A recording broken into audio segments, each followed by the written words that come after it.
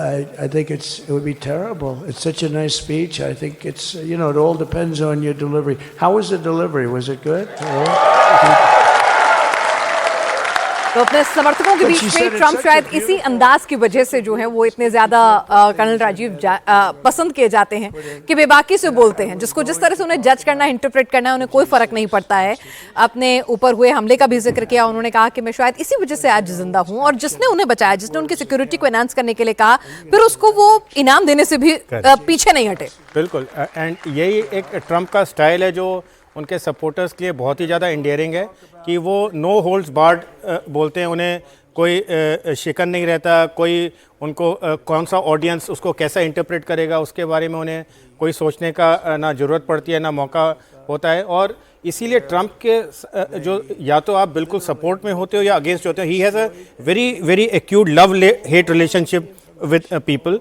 And इस बार जिस तरह से लोगों ने सपोर्ट किया, एक अनकॉल्ड फॉर मेजॉरिटी जो जिसकी उम्मीद भी नहीं थी, उतनी मेजॉरिटी के साथ जो लोगों ने भेजा पॉपुलर वोट के साथ, वो एक बताता है कि लोग इस तरह के जो लीडरशिप का है वो इंतज़ार कर रहे थे और अब उसको एक वेलकम कर रहे हैं, एक उम्मीद के साथ कि मेक अमेरिका ग्रेट अगेन एक स्लोगन से एक एक्ट में कन्वर्ट हो जाएगा।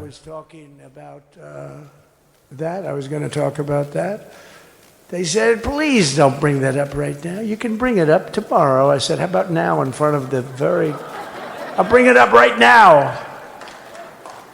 This little time delay is good because we're getting great reviews on the speech. Now watch. They'll take the speech and say, I didn't like it because he left there and he's talked to people. But we're giving you a little more information than we gave upstairs. But no, they pardoned a lot of people. They pardoned, before we even get to today, they pardoned, 33 murderers, absolute murderers, the worst murderers. When you get the death sentence in the United States, you have to be bad because they don't give it much. And he pardoned almost everybody having a death sentence. And if you went through the crimes that were committed, you wouldn't even believe them. The level of violence, the people that were killed, the innocence of people that were killed, and children killed by these people. And he pardoned them for whatever reason. He spared them, but they didn't spare the people that they killed. And who knows what happens in the future. It's one of the worst because a lot of times they let them out early after that. They say you're going to be in for life, but then all of a sudden they get let out for good behavior and then they go on a rampage. It's one of those little things, right? But I was going to talk about that. चलिए, तो Trump अपने समर्थकों के बीच में अपनी speech के बारे में बात करते हुए, उनके योगदान की तारीफ करते हुए और बताते हुए कितने यंग एनर्जेटिक, यानी कि कहीं ना कहीं एक तरह से प्रोफेसर त्रिपाठी एक तंज फिर से था जो बाइडेन की पूरी रिजीम को जिस तरह से कहा जाता था। तो हालांकि खुद की उम्र जो है वो अपने आप में कुछ ही कम है, लेकिन लगता बहुत बड़ा अंतर है दोनों के बीच में। ये और देखिए, मैं तो एक वाक्य में ये कहूंगा कि यह आदमी मुंहफट होने की हद तक स्पष्टवादी है। तो वही इन्होंने दिखा है कि कह कुछ भी देते हैं और उस पर अड़े रहते हैं। बाद में पिछले ट्रंप 1 में तो ये था कि फिर डिपार्टमेंट ऑफ स्टेट लिपापोती करता था इनके बयान पे, लेकिन इस बार उम्मीदन वो मौका नहीं आएगा, वो नहीं। और शायद मुझे लगता है ट्रंप ने परवाह करनी भी छोड़ दी होगी कि भाई आप देखिए कि अगर एक शख्स जो है कैपिटल हिल में उस वक्त जो कुछ हुआ, कितना क्रिटिसिज्म हुआ, कितने आरोप लगे, केस चल रहा है आपके ऊपर, उसके बाद भी आप अमेरिका में एक थंपिंग मेजॉरिटी के साथ जीत कर आते हैं, एक अप्रत्याशित जीत के साथ आप आते हैं जिसकी कल्पना शायद ही किसी ने की होगी, शायद खुद ट्रंप ने भी नहीं की होगी। हाँ, शायद खुद ट्रंप ने भी नहीं की होगी। तो उस जीत के साथ, आप मैंडेट के साथ जब आ रहे हैं, तो शायद अब लीपापोती की नहीं, अब और ज्यादा स्पष्टवादिता हम उम्मीद करेंगे। है, स्पष्टवादिता है और वो सीरियसनेस है, वो गंभीरता है। आपने विजय के बाद विक्ट्री स्पीच जो उनकी सुनी, देखिए उसमें वो ट्रंप नहीं थे जो ट्रंप 1 में थे। ये ट्रंप जो है ज़्यादा गंभीर हैं। मेरे ख्याल से पिछले 8 साल में उन्होंने काफ़ी कुछ सीख भी लिया है कि किस तरह से एक पॉलिटिशियन को बिहेव करना चाहिए पब्लिकली। तो बहुत कुछ बदलाव हम देखेंगे, लेकिन अपनी नीयत वो साफ कर चुके हैं, अपनी सोच जो है वो साफ कर चुके हैं, चाहे वो इलीगल इमिग्रेंट्स को लेकर हो, इस्लामिक कट्टरवाद को लेकर हो, डीप स्टेट के इशू को लेकर हो, अमेरिका के व्यापार नीति को लेकर हो। तो साफ साफ उन्होंने हर मुद्दे पर अपनी राय बहुत ही बेबाकी के साथ और बहुत ही स्पष्ट बता दिया है कि अगले आने वाले 4 साल जो है वो किस ओर जा रहे हैं। यहाँ पर हम जब इस्लामिक कट्टरपंथ की बात करते हैं तो प्रोफेसर अमित सिंह, क्या कुछ हम वहां पे उनसे उम्मीद कर सकते हैं? हालांकि अपने कैंपेन में उन्होंने शायद 2 या 3 दिन पहले, वोटिंग से पहले, उन्होंने हिंदुओं के प्रति बहुत सहानुभूति भी दिखाई थी। उसे भारतीय वोट बैंक को अपनी तरफ करने के लिए एक कदम माना जा रहा था, लेकिन क्या कुछ एक्शंस अब हम उम्मीद कर सकते हैं उनसे? देखिए, मुझे लगता है कि जो कुछ देश हैं जो इस्लामिक आतंकवाद को आगे बढ़ा रहे हैं, मुख्यतः पाकिस्तान या तालिबान, अफ़गानिस्तान को लेके भी उनका रवैया थोड़ा सख्त होगा। और जो वेस्ट एशिया के मुल्क आगे बढ़ना चाहते हैं, तरक्की पसंद हैं, उनके साथ वो कोऑपरेट करेंगे और उस समझौते को आगे भी बढ़ाएंगे। तो आने वाले दिनों में क्योंकि जैसा उन्होंने लीगल माइग्रेंट्स की भी बात की है कि उसको रोकना है, या क्योंकि अमेरिका में भी सिर्फ इलीगल माइग्रेंट्स ही नहीं हो रहे हैं, बल्कि उसके माध्यम से अमेरिका का जो सोसाइटी है वो क्राइम की तरफ बढ़ रहा है। आए दिन वहाँ पे कुछ ना कुछ घटनाएं होती रहती हैं, उनमें ज़्यादातर इलीगल माइग्रेंट्स हैं, उनमें से ज़्यादातर वो हैं जो कहीं ना कहीं इस्लामिज़म को मानते हैं या उसको प्रमोट करते हैं, या इस्लामिक कट्टर पंथ को मानकर चलते हैं। इसी वजह से वहाँ पे धीरे धीरे काफ़ी लोग यानी कन्वर्जन हो रहे हैं, कल्चर की बात आ रही है, कल्चर चेंज भी हो रहा है, रिलीजन की बात आ रही है। तो मुझे लगता है कि वो इन सारी चीज़ों को ध्यान में रखते हुए एक सख्त रवैया अपनाएंगे, जिससे इलीगल माइग्रेशन तो रुकेगा ही, इस्लामिक कट्टरता पे भी रोक लगाएंगे, और जो अमेरिका की सोसाइटी कन्वर्जन की तरफ बढ़ रही है, इस्लाम अडॉप्ट कर रही है, उसको लेके भी सख्त रवैया होगा।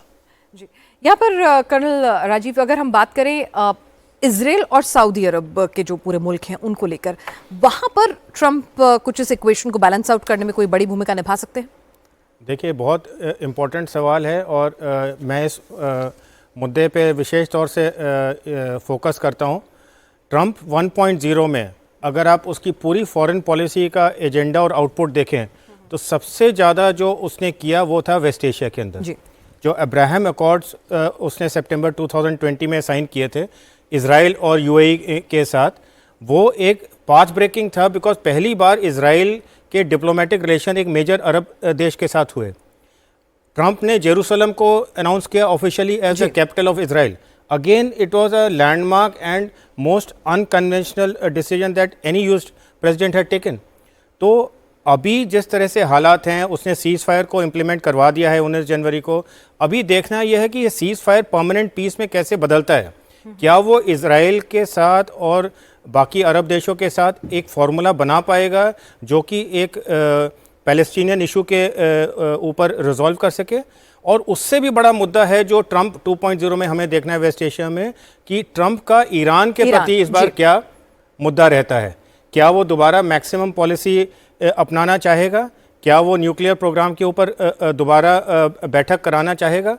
जो इंडिकेशन उसने दिए हैं उससे तो ये लगता है कि एक मौका वो ज़रूर ईरान को देगा कि वो टेबल पे आके बातचीत के द्वारा मसले सुलझा ले, और एक न्यूक्लियर प्रोग्राम के ऊपर, एक जो उसका प्रॉक्सीज़ का जो पूरा स्ट्रैटेजी है रीजन में, उसके ऊपर कोई ना कोई एक डिसीजन या एक इम्प्लीमेंटेशन हो सके। द ओनली चैलेंज इज़ क्या इज़राइल इस बात पे ट्रंप के साथ मानेगा, बिकॉज इज़राइल किसी भी हालत में ईरान के साथ किसी समझौते में शामिल नहीं होना चाहता। तो West Asia will be a prime focus of Trump's foreign policy, और हमें देखना है कि अगले 6 महीनों में किस तरह से प्ले आउट होता है। जी, प्रोफेसर श्वेता सिंह, अगर हम इंडिया के लिए टेक अवे की बात करें कि ट्रंप जो है हिंदुस्तान के साथ मिलकर आर्थिक फ्रंट पर क्या कुछ और सामरिक दृष्टि से क्या कुछ ऐसे बड़े फैसले ले सकते हैं जिससे दोस्ती और ये रिश्ता और ज़्यादा मजबूत होता हुआ आपको नजर आ रहा है, खासतौर से जब वो चीन का जो बढ़ता प्रभुत्व है उसको कहीं ना कहीं अगर कंट्रोल करना चाहेंगे तो इंडिया पर फॉल बैक नेचुरली करना होगा। जी, आई थिंक अगर हम देखें तो पिछले साल जो एक मेजर स्ट्रेटेजिक अग्रीमेंट हुआ है वो इमर्जिंग और क्रिटिकल टेक्नोलॉजीज को लेकर हुआ है, मिनरल्स एंड टेक्नोलॉजीज। अगर हम इसमें देखें तो अब ट्रंप इसको कैसे आगे लेकर जाते हैं ये बहुत अहम होगा। हमें इसमें दो पहलू का बहुत अच्छे से ख्याल रखना पड़ेगा। वो दो पहलू हैं, एक तो टेक्नोलॉजी और टेक्नोलॉजी के अंदर एआई। नाउ अगर आप दो चीज़ों को रिलेटेड कर देखें तो ट्रंप जो है वो एआई की बात कर रहे हैं। एट द सेम टाइम अगर हम इंडिया के स्टैंड पॉइंट से देखें तो अगर हम न्यूक्लियर एनर्जी देखें तो इंडिया को भी अपना रेगुलेटरी मैकेनिज्म जो है वो शायद चेंज करना पड़ेगा, क्योंकि अगर वो चेंज करेंगे तो अमेरिकन कंपनीज को और अमेरिका को जो क्लीन न्यूक्लियर एनर्जी है उसका एक्सेस मिलेगा for instance for AI. If you are looking at AI technology, they are actually high consumers of electricity in that context. तो क्या इन दोनों चीज़ों का क्या लिंकेज होगा?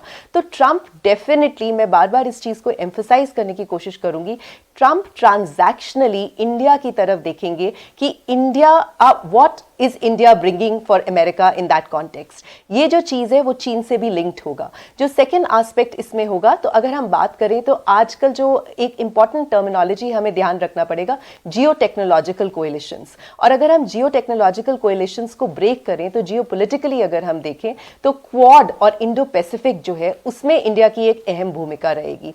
ट्रंप जो है ट्राइलेटरलिज्म, इंडो पैसिफिक, क्वाड, इन सब चीजों को कैसे बुनते हैं आगे जाकर, उन सब का इंपैक्ट और रैमिफिकेशन इंडिया यूएस रिलेशनशिप में रहेगा।